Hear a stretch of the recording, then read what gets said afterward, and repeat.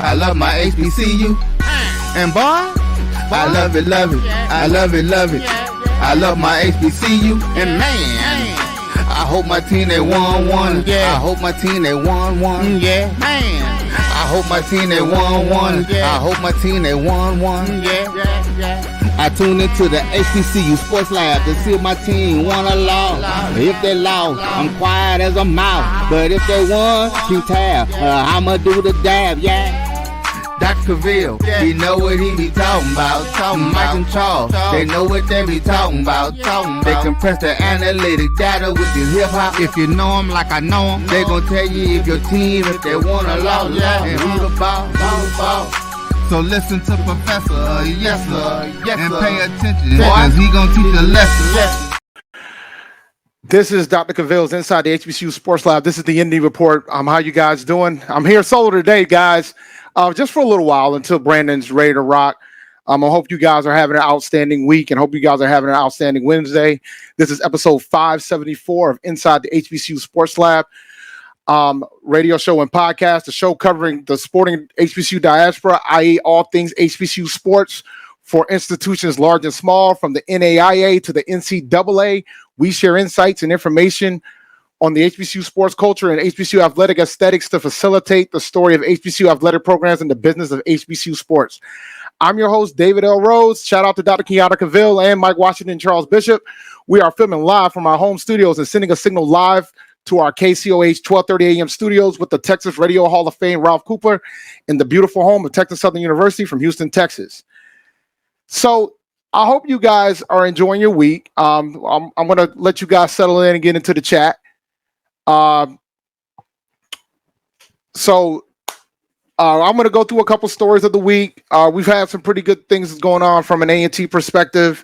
We got some big games going on, not just with the independents, but also in the MEAC. And since I got a little bit of time and I'm solo, I definitely will go over some of those games and give you my opinion on some of those takes as well. But the big story for me, man, right now, the town hall, the A&T AAF Athletics Town Hall just ended. I was listening to that. Part of the reason why I'm a little bit delayed, not too delayed. The big thing that I got out of it while I was listening was that AD Hilton for A&T is very transparent. He went over the numbers about what the media deal was for what we were getting versus everybody versus what the current conference that we're in was getting. I thought it was a pretty good discussion point with regards to that. He talked about some of the challenges with regards to NIL, and now everybody's making this money and things of that sort for the players and athletes. So he was very transparent on what we can and cannot do and what the goals for what A&T wants to be. So I thought he did a pretty good job. One thing about AD Hilton is that he's very transparent. He's very honest. He's gonna shoot it like it is. And sometimes being uncomfortable is not a bad thing when you need to know the truth, right? So but that being said, let's get into some great news, because I know we're going to talk about football, but I have to give a shout out to the A&T volleyball program. Right now, they're 8-4 in the CAA. They got a big series coming up against Elon. Tyne Ross won the co-offensive player of the week. This is her 5th award, I believe. The other 4 were rookie of the week. She is a true freshman. She's playing out of her mind currently right now.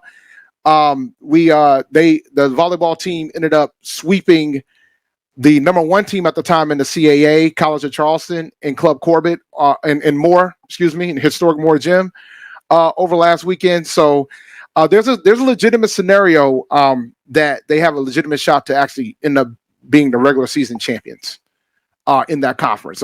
They have Elon this upcoming weekend, and the following weekend they got to go up to Hempstead, New York, and go up against Hofstra, who is now currently the number 1 team. So if they take care of business these next 2 weekends, we got a legitimate shot to win the conference. And that would be the first conference title for A&T while in the CAA, which would be a beautiful sight to see, to say the least. So we'll see how the weekend goes. I don't want them to start thinking ahead of Hofstra, because Hofstra's played really well, but they did take a pretty tough loss last weekend. They gave up a 2-0 lead in their match against Delaware. So, I mean, they gave up a 2-0 lead and ended up losing 3-2. But I just wanted to shout out the volleyball program. I know the football team has pretty much been the brunt of jokes over the past couple weeks, well, past year and a half, really. But you got to stay positive to some of the other programs, because I think a lot of programs within the conference are pretty much doing an outstanding job. But that being said, that was one of the big news articles for me for the week. A&T also had their Aggie Madness last night with the men's and women's basketball program. The ladies are projected to win the CAA in the regular season, and to win the championship in the regular season. The men were projected to be 10th. I do believe that the men's basketball program, with some of the returning guys that coming back, like Landon Glasper, who was picked preseason All CAA, I believe that he has the opportunity. I believe that basketball program has the opportunity to go higher than a projected 10th place. I did run into Coach Terrell Robinson during GHO the other week, and regarding the women's basketball program, the head coach, and he basically told me that he was really trying his best to. He felt the way about the fact it wasn't a unanimous vote for them being first place. They got 11 out of the 14 votes. So he understands that. He understands that that everybody's going to get their best now, since they were projected to win the conference, and the ladies are going to be ready for it. We got 2 All CAA preseason first teams on that roster as well. So I think we have a legitimate shot. They were ranked 17th in the country in the mid-major poll. So shout out to them. So I think overall, I think our athletic program as a whole is doing really, really well from that standpoint. I know you guys are missing the guys from Hampton and HU Powership. Both of those gentlemen informed me they were unable to make it tonight, and I made the executive decision that me and Brandon are going to try to make this happen. I just gotta fill time until we get Brandon here. But those were some of the news articles of the week for me that was kind of intriguing from that standpoint, from an A&T perspective. With regards to Dr. Cavil's top 7 rankings, I don't know if I have them available. Shout out to Edwin, man. Appreciate you checking out the show today. Let me see if I can find the top. I know the school down the road is number 1, which I'm not going to argue about. I mean, they definitely deserve to be number 1 from that standpoint. I believe right now we got a big game coming up this Thursday with them in South Carolina State, and I think this in my honest opinion will decide the MEAC championship. I honestly believe that it's the school down the road and South Carolina State and everybody else within the MEAC conference. So tomorrow night, everybody should be watching ESPN2. Kickoffs at 7:30 p.m. Eastern Standard Time. I think this is a golden opportunity for an HBCU game to surprise folks with high ratings, because this should be a barn burner. It should be a phenomenal game to watch. I'm looking forward to it. I'm going to make sure I'm trying to get home in time. Like I've already told my son, trick-or-treating is going to have to be stopped around 7 o'clock, buddy. So we're going to walk around these streets, get this candy, and come back in. He can't have candy anyway. He about to get braces. So he really shouldn't be having candy anyway. But I know he wants to wear his costume, so we will make it happen with regards to that. I think he's going to be SpongeBob, so we'll see how that goes. But overall, I really think I picked South Carolina State to win that game. Orangeburg, South Carolina has always been a house of horrors for North Carolina HBCUs. So from that standpoint, like Davius Richard has never won in there when he was playing for that school down the road. So now you know who I'm talking about when I say the school down the road. There's your clue. Man, all dad sacrifice for the kid. I am sacrificing for the kid. He can't have candy. What do you want me to do? He can't have candy. What you want me to do? I think that creates more disappointment for him. He's going to collect all this candy and he can't have any of it. And I don't need any of it. As you can see, I have no business having candy right now. So from that standpoint, I believe trench play is going to be key. I like South Carolina State's offensive line. They've been playing really well. I think Eric Phoenix is legit. He's arguably the best. He's the best quarterback in Division One HBCU football, in my opinion. So I think it's going to be an interesting match. I know there's a lot of folks who are very confident. Shout out to Josh from HBCU Nightly. I know there's some confidence on that other side, but I think South Carolina State being in Orangeburg is a big equalizer that I don't know. I'm pretty sure Walker Harris has never seen. I think it's a different type of place to play. So from my perspective, if we want to shout out to Lennon, man, I don't think it was a waste. I think it was perspective. I never thought. I think he said a lot of things. He gave a lot of points. He showed the data in front of him, what he sees, and what the landscape is going to be for athletics. So you can't be. One thing I got to give him credit for: you can't be mad at the transparency. He'll say what needs to be said, whether people agree with it or not. But that being said, we're going to go ahead and take our first commercial break. When we come back, I'm going to talk about the games of last weekend. We only had 2 because Tennessee State had a bye. So we had Hampton Elon and we had A&T Campbell. So when we come back from the break, we'll talk about those 2 games. Maybe we'll sneak in a couple other games that I enjoyed. I'll answer this question before we go to the break. What's the deal on the proposed new basketball facility? Well, from what I got to double check. I'm going to circle back and rewatch the town hall again. But from what I understand, I think it's a matter of we got to make sure we get all the property bought. So it's a big convention center that they want to. There's a convocation center that they want to build, and that's where the basketball team is going to be played. But I mean, we're not talking. That's going to happen. We're talking a decade from now. But I think the first step is we got to get the property. I mean, that's always the first. You got to get the land. Like, I know a lot of our HBCUs tend to be landlocked, and A&T's pretty close. But it's also a matter of whether or not we can buy the real estate to get what we need to get to do it. But that is something that's part of the plan. Like, we have plans going through like 2040. It's going to be a while. Yeah, it's going to be a while. So that's why there's always a debate on whether or not we want to try to improve Club Corbett. And there are some things that we definitely can improve to maybe try to increase revenue within that. But at the same time, we don't want to lose that home field advantage. Like the Lady Aggies their home debut for the Lady Aggies. They're hosting the University of North Carolina in their home opener this season. So we want to be able to keep that home field advantage. So I think there's going to be a delicate balance when it comes to that. In the meantime, since we are so far away from that standpoint,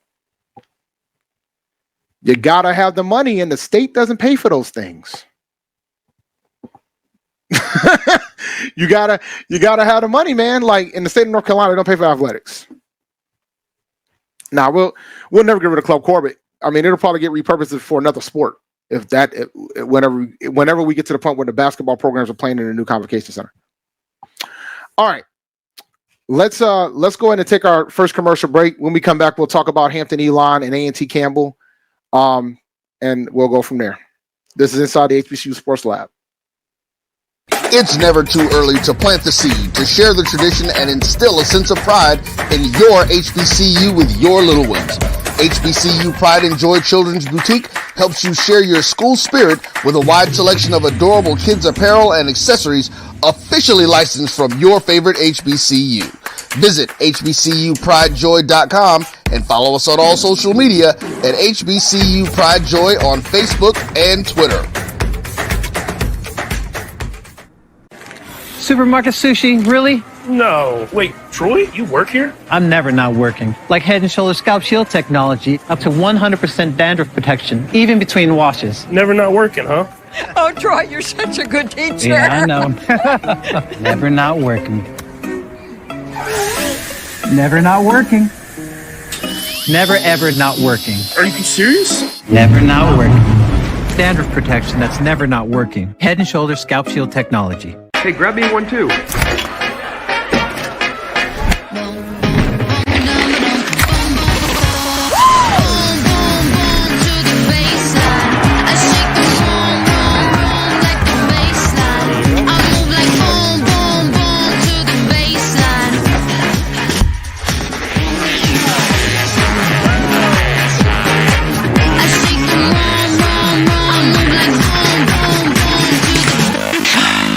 Charmin Ultra Soft has so much cushiony softness, it's hard for your family to remember. They can use less.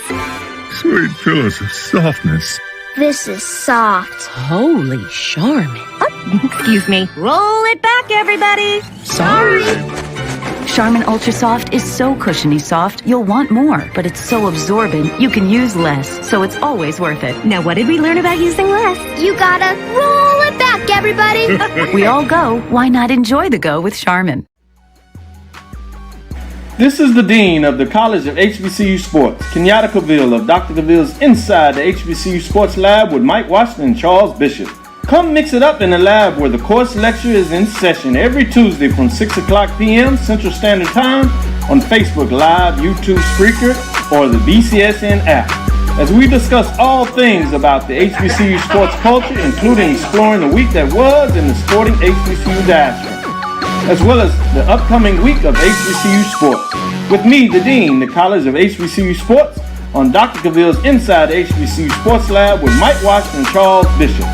Course lecture dismissed. Compress the analytic data with your hip hop. If you know them like I know them, they gon' tell you if your team, if they wanna lose, and who the ball. So listen to Professor, yes sir, and pay attention, cause he gon' teach a lesson. Welcome to Dr. Cavil's Inside the HBCU Sports Lab. So first game up for the docket. So just for folks that are aware, Tennessee State was on a bye this week. Post homecoming, they're on a bye. So shout out to them. They got a big game coming up against UT Martin.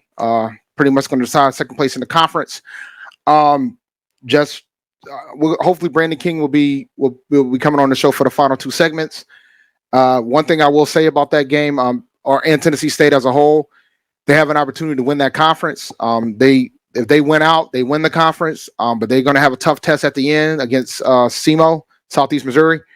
That being said, that'll be a big feather in that cap. They can pull it off, or if they keep it close, maybe they can get an at-large bid. Maybe they can sneak an at-large bid in there if they win out and end up losing SEMO to a close one. It's looking like it's going to be there's a high potential that the final game of the season could end up being a Big South OVC championship game with Tennessee State and SEMO if both teams can take care of business, so to speak. But the first game up, we got Hampton Pirates take care of the Elon Phoenix, 41-21. The big thing that I noticed, I watched some of this game, didn't catch all of this game. The big thing that I noticed,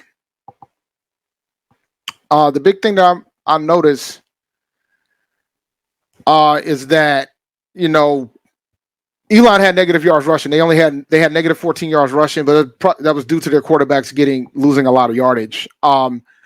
But overall, Hampton pretty much led the majority of the game. Like, they lost the lead in the third quarter, and after they lost the lead, they pretty much didn't give it up. Like, they were down 21-20, and then they scored 21 unanswered points to close out Elon. A lot of folks prior to the season thought Elon had a legitimate shot to be a dark horse in the CAA, but with injuries and things of the sort, it has not worked out that way for them. But that being said, Hampton has continued to make the decision to have a 2-quarterback system. They played both Malcolm Mays and Christopher Zealous, and they only had a little over 100 yards passing, with one touchdown pass by Malcolm Mays, but they ran for almost 300 yards rushing. They had 274 yards on the ground. Jaquan Snipes had 18 carries, 106 yards, and a touchdown. And Tamir Robinson had 15 carries, 66 yards for 3 touchdowns. So the bottom line, they're gonna lean on that run game as much as possible. For Elon, I mean, their quarterback did relatively well. No turnovers. I mean, Matthew Donnan went 7 for 14, 181 yards and 2 touchdowns. He did okay, but it just wasn't enough to take care of Hampton. I think Hampton has a golden opportunity here. I believe that Hampton could legitimately, because they've already gone through the rough parts of their schedule. I'm about to pull up their schedule right now. Their 2 losses came against ranked opponents in the conference. And they almost beat Rhode Island. They should have beat Rhode Island, to be honest with you, when they played them. But the remainder of their schedule is a little outside of this upcoming weekend. We'll get into that because they got to play Villanova this upcoming weekend. But they got Villanova at home, Townsend on the road, Richmond at home, and Albany on the road up in upstate New York. Considering the gauntlet of the CAA schedule, folks got to remember that last season Hampton gave Richmond their only conference loss when Richmond got a share of the CAA regular season title. A lot of folks forget about that, but that's just what it is. So it'll be interesting to see how they go. And currently they are 9th in the conference. They're 2-2.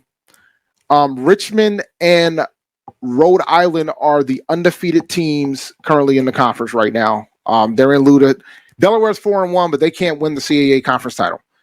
But shout out to Hampton. I know Jeff and Tariq are thrilled They won 2 straight conference games with A&T and Elon, and now they're going to have an opportunity to actually to change the reputation. They'll jump a few folks if they can pull that upset against Villanova this upcoming week. So shout out to them they're having a great season. They took the interim tag off the coach. It's clear that it was the right decision. So shout out to those guys with regards to that. Now, as for my alma mater, North Carolina A&T State University, they had another tough loss against Campbell. Campbell beat A&T 21-7.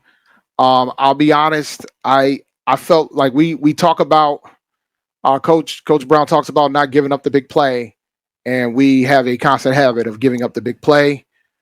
Sincere Brown, he had 2 plays of over 50 yards for touchdowns. He had a 64-yard pass in the first quarter, and then he also had a 64-yard reception in the first quarter, and he also had a 53-yard reception in the fourth.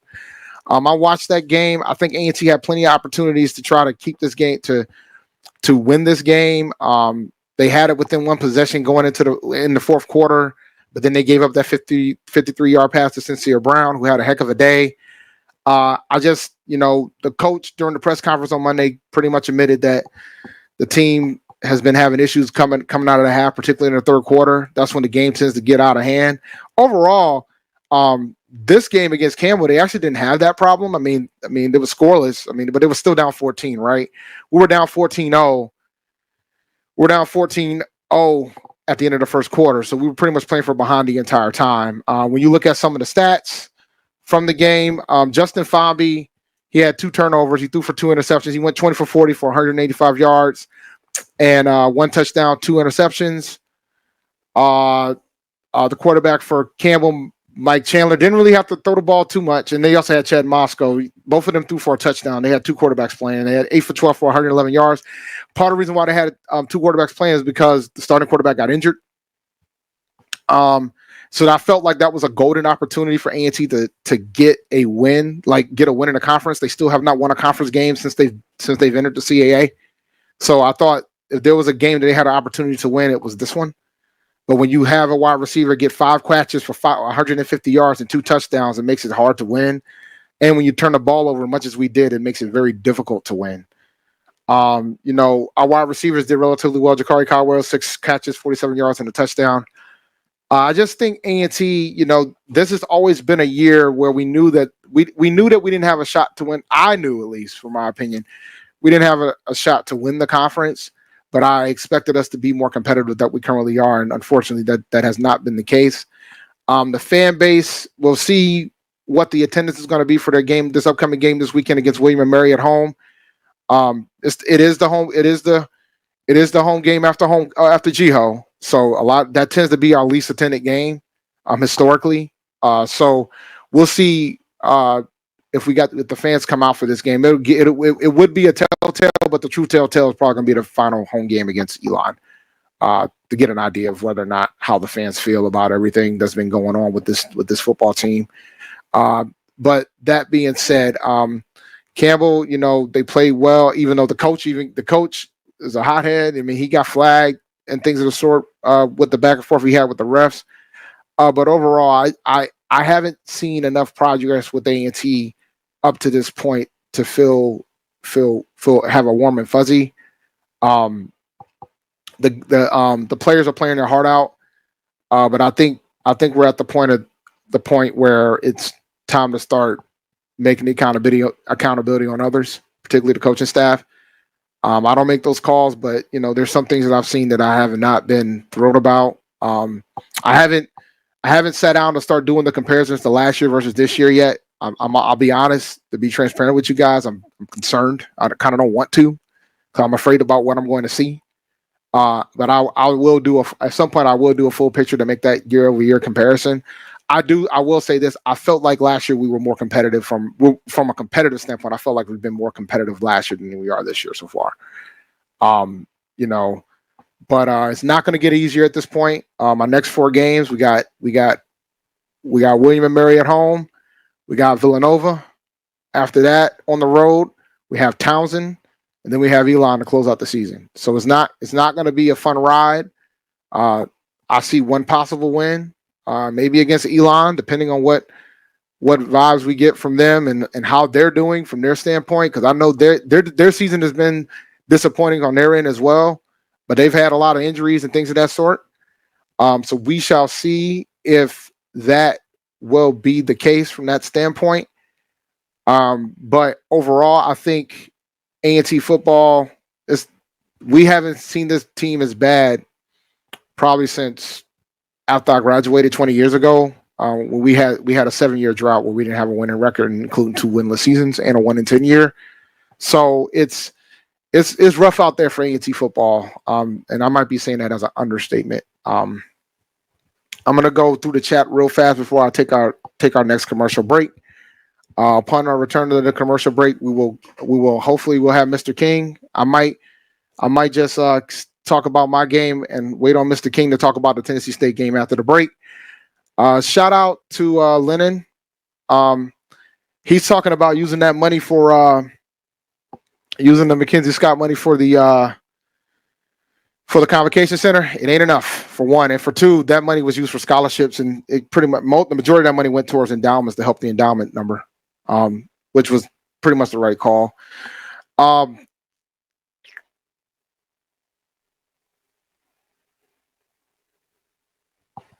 Oh man, shout out to Johnny. I heard you say HBCU coach made too much money compared to some FCS coaches. I have not, and I can't speak for Scotty, but I will say, like, when you look at some of the other coaches in the FCS space and like the Big Sky and the MV Missouri Valley, they make less than some of our top HBCU coaches.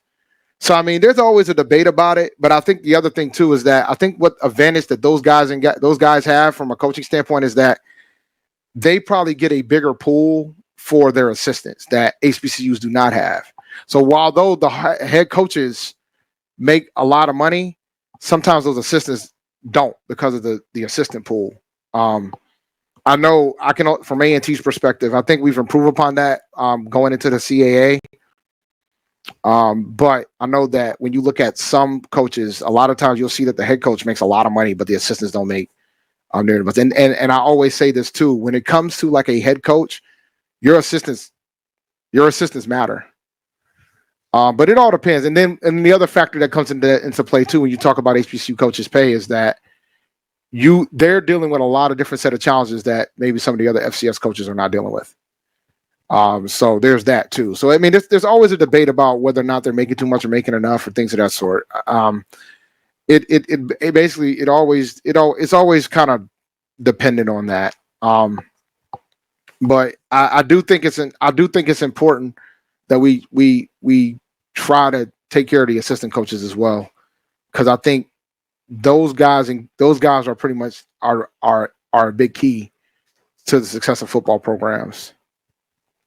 But that being said, we're gonna go ahead and take our next break. When we come back, we'll go into the 3 games that are coming up next week for Hampton, A&T, and Tennessee State. I'll plan on going over it. Like, Brandon isn't here yet. Hopefully Mr. King will arrive during the break. If not, we'll go through all 3 games and we'll go from there. So I will be back after the break. Choice Hotels is a family of brands that helps you get the most for your money so you can be any traveler you want to be. You could be a free hot breakfast hero in a comfort hotel. Yes! That's how you waffle! Mr. This script got a plot twist at a Radisson hotel. A business big leaguer. Go for key. Even the ultimate pool float inflator. With 22 brands and the best value for your money, Choice Hotels has a stay for any you. Book direct at choicehotels.com, where travels come true. Gotta get the corners.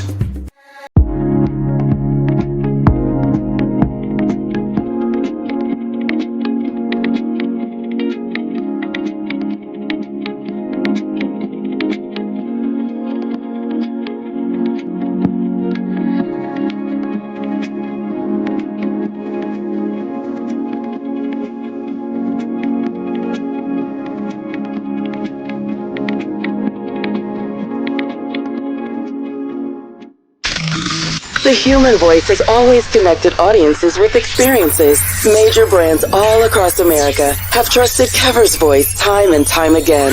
Conversational, powerhouse, intelligent, and sincere. That's the voice you need for your creative marketing process. KEAVERSVOICE.com. CAVIL'S Voice, CAVIL'S Voice, CAVIL'sVoice.com. Always on, all the time. Since 2002, Empowerment Resources, Inc., a nonprofit organization, has empowered more than 1,500 youth and adults in Duval and surrounding counties through its programs Journey into Womanhood, Girls Mentoring, Life Skills for Teens, and Parenting Education Coaching. To get involved with programs, volunteer, or donate, visit www.empowermentresourcesinc.org. Follow us on social media, facebook.com/empowerment.resources and instagram.com/empowermentJAX. Troy, you work here? I'm never not working. Like Head & Shoulders Scalp Shield technology, up to 100% dandruff protection, even between washes. Never not working. Never not working. Never ever not working. Head & Shoulders Scalp Shield. Never not working. You're looking for the latest information on Southern University sports, the Southwestern Athletic Conference, and HBCU athletics. There's only one place to go. Tune in to the Carlos Brown Show, exclusively on the Black College Sports Network. Compress the analytic data with your hip-hop. If you know them like I know them, they gon' tell you if your team, if they wanna lose, and who the ball. So listen to Professor, yes sir, and pay attention, cause he gon' teach a lesson. Welcome to Dr. Cavil's inside the HBCU Sports Lab. We got a partner in crime, Mr. King. How you doing today, sir? What's going on, my brother? How you doing this evening? I'm doing good, man. I'm doing good. Just in time, man. So how you feeling? How you feeling today? I can't complain. I actually got to go to the gym today, so got my day off to a halfway decent start. So that's always a good thing. It'd been a while since I had a chance to touch the steel, so okay. I never touched the steel. That might be part of my problem right there. I went to the doctor and they said it without saying it. It was like, you might want to drop a few lbs. Like, point taken. All right. Nah, I gotta get out and get on the bike and walk more and get that meal going, man. That's me at this point. I just gotta get the cardio better on my end. But all right, man. Good segue. We got 3 games coming up this week. In the HBCU independent sphere. Yes, indeed. All right, there's some games where actually for y'all, for Tennessee State, you got a big game against UT Martin. Huge game. Yeah, Huge man. Game. If you can pull this one off, my man, we might have a Big South OVC championship game at the end of the season. Y'all can close it out. This is a really, really big matchup, and kind of what we talked about a little bit last week. They're at a similar point where they were last year. Late in the season, you're 6-2, you're coming in with some momentum, and they laid an egg the rest of the season. But I will tell you from watching this team, from being around them kind of early on in the season and talking to Coach George and some of the guys, the vibe around this team, it feels different. I think kind of going through that, while it was painful to watch, it kind of has prepared them to get back to this point, and hopefully they've learned the lessons from last year, and they understand not only what's right out in front of them, but at the same time you got to take care of business and eat that elephant 1 week at a time. And this is a big week. They've got a challenge in front of them. In UT Martin, they're dealing with an offense in a lot of ways that's somewhat similar to them. So they've got their work cut out for them. I feel overall, are we doing our picks yet? Because that I'm gonna hold off. No, go for it. We'll pick per game as we talk through the games. Okay.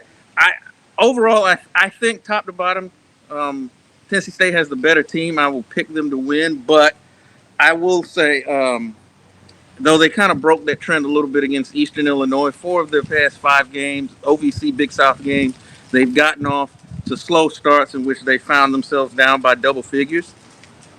If they can avoid that, I think there's a very good chance of them winning this football game. So they've got to contain the running back, who is he's the top rated from a rushing yards perspective, the top runner in the conference.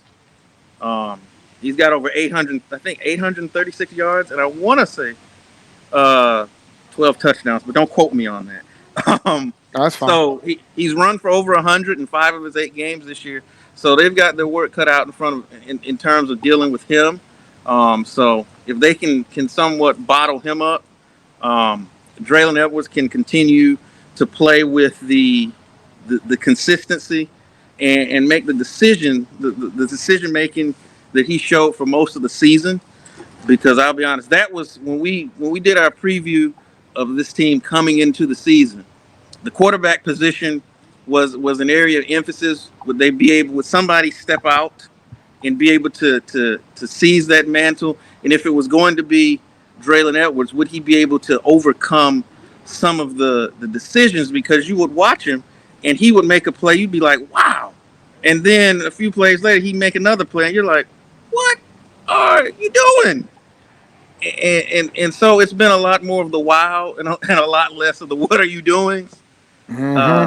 So if he can continue to play at that level, I think that they should be able to get the win over Martin this weekend.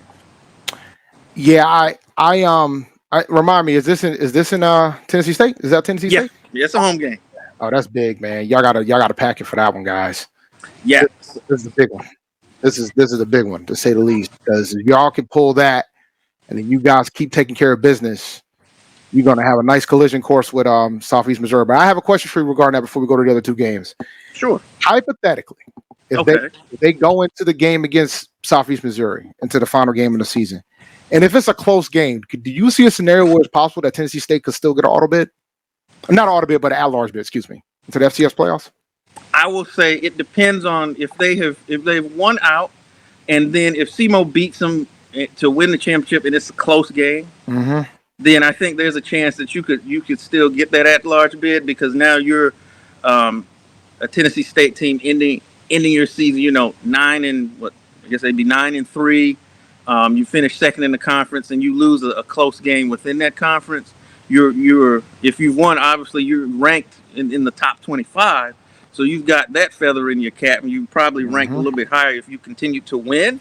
So I think if they can, if it's similar to, if they play, I tell you what, if they play them like Martin played, I believe it was 42-45 when Martin played them. So if they play them something similar to that, I think there's still a good chance that they get a postseason bid. All right. You mentioned that Tennessee State is 25th in the country. UT Martin is not ranked. Southeast Missouri is. They're 6th in the country. They're 6th in the nation. So yeah, I agree with you. I think if you can keep a top 10 team, if you can win, bonus, right? Because they're going to get an at-large if they win. If they keep rolling, they're going to get an at-large bid, win or lose. In my opinion. But if y'all can still auto bid, that's optimal. But even if you can't, and it's a close game, I think there's a strong argument, because especially if you still got, if you win the next 3, most likely you're still going to be ranked, so you're in a good spot. Yeah. So that's a good place to be. Speaking of ranked teams, number 24 William & Mary comes to Truist Stadium to play North Carolina A&T this weekend. And it's an angry William & Mary team because they lost to Stony Brook 35-13 the previous week. As we mentioned before, A&T lost to Campbell 21-7. I'm going to be honest with you, man. I don't see, and before I say that, this is pretty much Mike London and Vincent Brown. They were on the same coaching staff. Vincent Brown was a defensive coordinator in a few stops, not just William & Mary. It was DCL Howard too, if I recall. So he's coached with Mike London for a long period of time. They're tight. That's one of his closest friends, according to Vincent Brown, and so they're very, very tight. So they know each other very well. However, William & Mary is really good. But they did have a tough loss against Stony Brook. Kind of amazing to turn around that Stony Brook has had, considering they were winless last year. Yeah. Because Stony Brook right now is ranked 20th in the country. that being said, I really don't see a path for A&T to pull this upset. Based on what I've seen so far from this team, I've been saying we tend to play better on the road than at home all season. The data shows that. Where you talk about margins and things of that sort, we almost beat Richmond, who's 16th in the country right now on the road. So I don't see a scenario where we have a chance to beat them because we've had trouble stopping the run. They're very strong in that. I'm just hoping it doesn't become like it was against Hampton, because Hampton got obliterated against those guys. I think our running game has to improve dramatically for us to have any type of a shot to control the clock. But I just don't see it. Our defensive line is not where it needs to be. They won't have to pass on us because we've had trouble stopping the run all season. So I wish I had more positive things to say about our chances against William and Mary, but I can go with what I see. Yeah, any time, and if a ball club cannot stop the run, I mean, it's going to be a tough road to hold to beat anybody. I mean, it's one of those things. We hear coaches. You've talked and been on these calls, and you hear them across the board. They say that, well, we got to stop the run. Got to be able to run and stop the run. Well, you know what our coach says, they got to stop the big explosive play, and we have not been able to do that. So, and I think that right there is a bigger concern for me. Like we give up explosive plays constantly. Like I think if we had a way to not give up explosive plays against Campbell, we probably would have had a shot to win. And I didn't even mention the fact that our kicker missed 2 field goals during that game as well. So we had a lot of opportunities to beat Campbell last week. So I just think it's just going to be a tough road to take care of William and Mary. I thought that last week was an opportunity to get that win, that first conference win. I just think it's going to be tough to go up against William and Mary this weekend. Let me ask you this, since you said the giving up the explosive plays. So, and I'll admit I haven't watched as much of A&T this year as in years past. So when they're giving up these explosive plays, is it a matter of schematically they're hold on, the wind blew. The wind's out here. Oh man. No worries, man. Let me hold it. Oh, so is it, just them getting caught in bad situations schematically? Is it, just guys just getting beat on individual matchups? What seems to be the source of them giving up these chunk plays like that? It's a combination, man, to be honest with you. I think I've been under the belief that the coaching staff has not utilized the talent of their personnel. Like, I don't think they're leveraging it. I think they're trying to run their scheme, and if their scheme works, cool. If it don't, okay, right? And I think you kind of need to adjust to the talent that you have. Absolutely. I mean, we have. I think Karan Prunty has a legitimate shot to get into the NFL, but there's been so many occasions where there's been miscommunication. Like the last touchdown that Campbell got was a broken play. Like nobody was covering the guy, and he was gone. Like best wide receiver, wide open, gone. Like it's insanity, right? And we do that at least once a game. And it was backbreaking last week because we just scored a touchdown. We were within one possession that the defense could just hold. We have a shot to tie this thing in the fourth quarter, and big play. Nobody near him. Yeah, it's so frustrating and demoralizing. So it's been a combination. It's some of it's been schematic because we've had trouble guarding the middle. Right, slant routes, things that's what we've had trouble. Those slant routes were turning to big plays, and then what happened last week was just straight miscommunication. So it's just been rough, man. I know you say you haven't watched too much A&T, and I will say it's tough to watch. It's very, very, very tough to watch. I have in years past, so I've kind of been like an observer from 100 miles up. But I was looking at some of the scores. I was like, wait a minute here, what's going on in Greensboro? Hey. Yeah, it's interesting because you weren't here earlier when I was talking about the town hall a little bit, and they asked the AD the status of the football coach, and obviously he's not going to say what he wants to say, but I can read between the lines of what he said. Said it's a personnel thing. Can't really discuss it here. You know. So, which is true. It is a personnel thing. You can't really discuss it there in the public setting. That is true. But I would think, though, if you asked Ashley Robinson about T.C. Taylor, he'd be like, he's our coach. Yep. And so by not, I mean, I'm pretty sure I might have missed the he's our coach part because I will unfortunately couldn't catch the whole thing. I'm gonna go back and watch the replay, but I mean, it was interesting how transparent he was about a lot of things regarding the athletic department at A&T. I mean, I've said this all the time. Everybody else is doing okay. It's the football program is the only issue right now. Like I think all the other sports have been pretty competitive. Yeah. I mean, every sport has outdone their preseason expectation from the conference except for one sport, and that's football.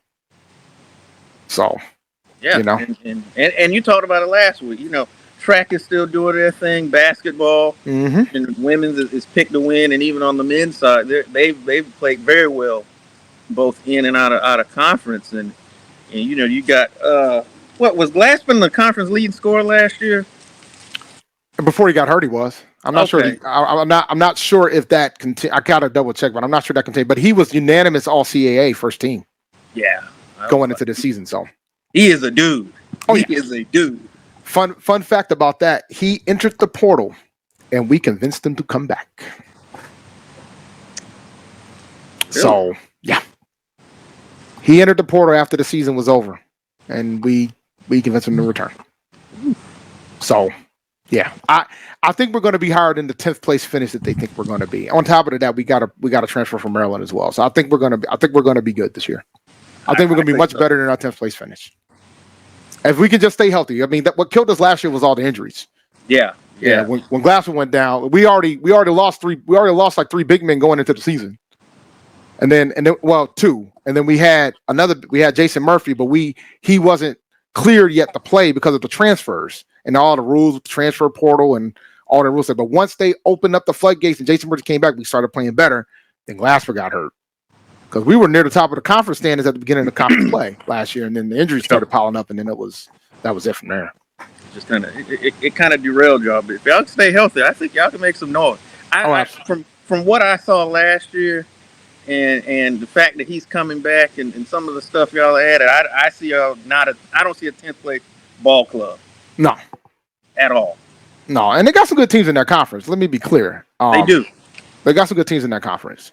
But I think we'll compete with those guys, man. Like we've already seen some level of success within that conference in basketball on the men's side as well. All right, so we got to talk about this final game, but this is going to be very quick and swift, only because Hampton's going up against number 13 Villanova. Woo, yes. All right. Now, I'm going to be clear when I say this. I think they're at home. Hampton's at home. Going to be tough, man. Like I don't know if they're going to be able to pull this off. Villanova averages 176 yards per game. Yes. They're a really good running team.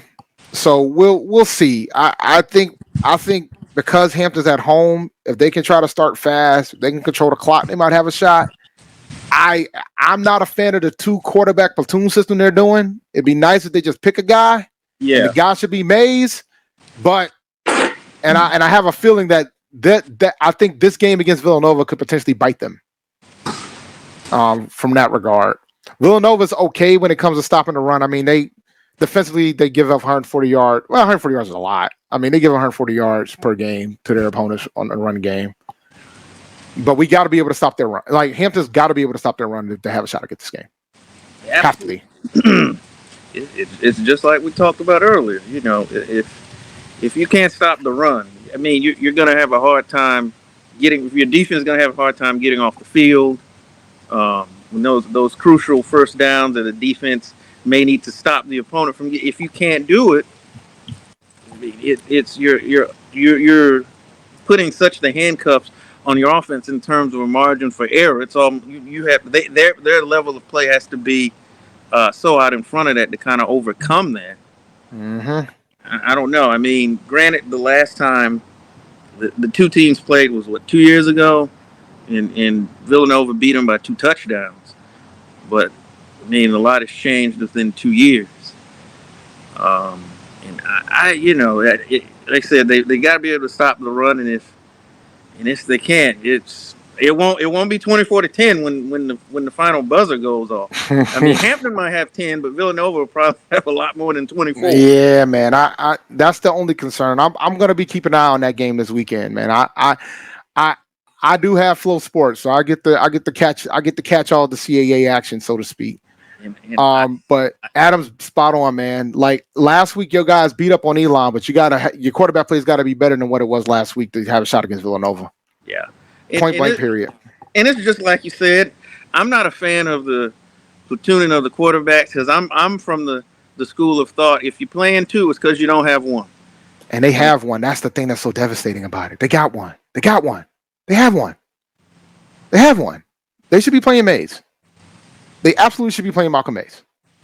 I've heard that a lot.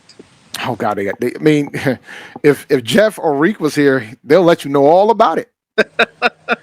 All right, so we're gonna take our last break, and I'm gonna ask Brandon a question, and then we're gonna close the show out.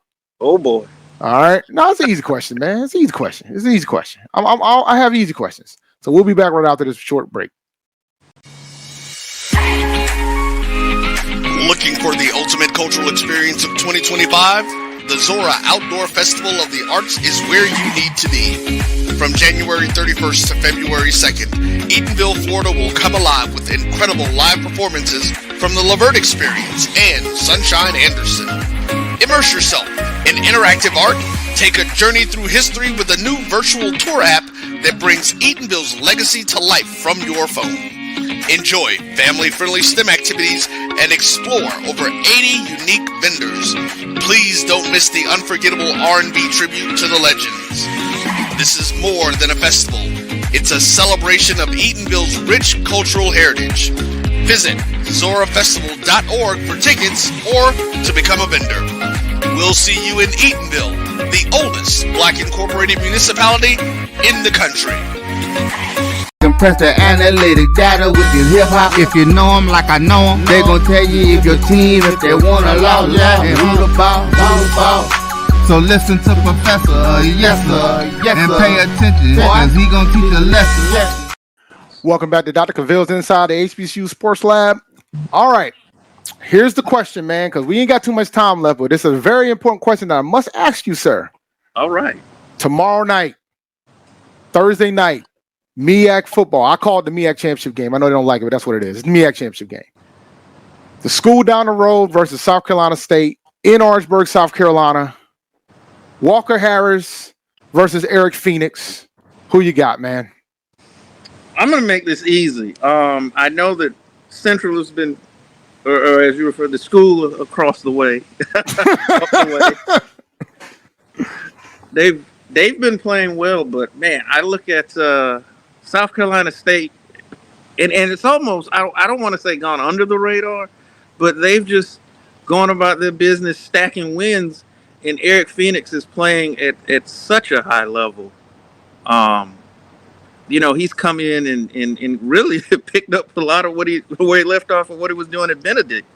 Mm-hmm. And with the game being at Orangeburg, I think with the advantage that lift is going to give them, and especially with what they're doing to try to get people in the stands, I think South Carolina State's going to win this one. And I definitely would not be surprised to see them in Atlanta in December. I mean, I think they're playing that well. The winner of this game is going to Atlanta.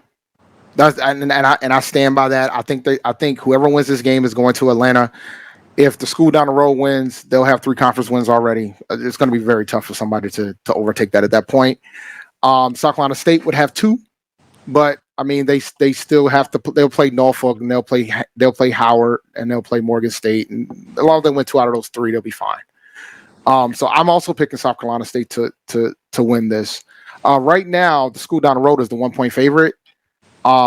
Based on lines, some got it 1.5. But I still think South Carolina State's going to win this game outright. I think that It's been a while since the first year head coach in that conference wins it, so it'll be a sight to see if Chendisberry can pull it off.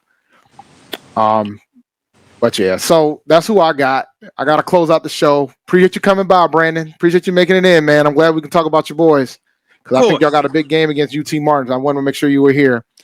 All right, so look, if we were 2-6, I would be here. I just wouldn't have my chest out as much. Well, you see, my chest has been caved for a very long period of time, so you know it's just what it's going to be for now. I mean, basketball season is approaching. Basketball season starts next week. The volleyball season looking good, so I can't complain right now. But thank you for listening to Inside the HBCU Sports Lab. Make sure you share our podcast with your friends and colleagues. Got to read better. I am David L. Rhodes, and this is Brandon King. And shout out to Dr. Kenyatta Cavil, the Dean of HBCU Sports, coming from inside the lab in the College of HBCU Sports. We hope you enjoyed. Again, we want to thank you for listening to Dr. Cavil's Inside the HBCU Sports Lab with Mike Washington and Charles Bishop every Tuesday and Wednesday at 6 p.m. Central Standard Time and Sunday at 9 a.m. Central Standard Time. We look forward to next week as we discuss the latest news in the lab. Make sure you follow us on Twitter. Check out Brandon on sneakershoptalk.com. Shameless plug for you, my man. And follow Dr. Kenyatta Cavil on Twitter, Facebook, and Instagram. Inside HBCU Sports Lab 1, Facebook, Inside HBCU Sports Lab on YouTube. Dream big and continue to move forward. We'll talk to you soon. Brandon? Of course. Lecture dismissed.